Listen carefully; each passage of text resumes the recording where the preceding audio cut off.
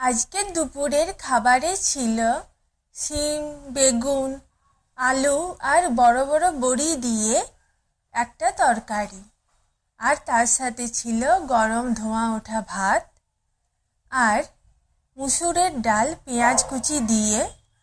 তার সাথে ছিল মাছ ভাজা আর লেবু লঙ্কা। আর সব থেকে ভালো যেটা আমি মাকে বলেছিলাম বানাতে, মাছের ভাপা। মা এই মাছগুলো, কাতলা মাছের পিসগুলোই কাঁচা, তাতে নুন, হলুদ, সর্ষে বাটা, সর্ষের তেল মাখিয়ে কড়ার ভেতর, এই টিফিন বক্সটা বন্ধ করে কড়ার ভেতর জলে ভাপাতে দিয়েছিল। তার সাথে কাঁচা লঙ্কা কুচিও দিয়েছিল। খেতে এত সুন্দর হয়, আর রঙটাও কি সুন্দর এসেছে দেখো।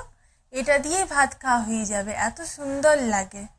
এবার ভাত খেয়ে ভাত ঘুম দেব এই শীতের দুপুরে। এখন তো ক্লাস নেই, কোথাও যাওয়ার নেই। Thank you to all of my viewers.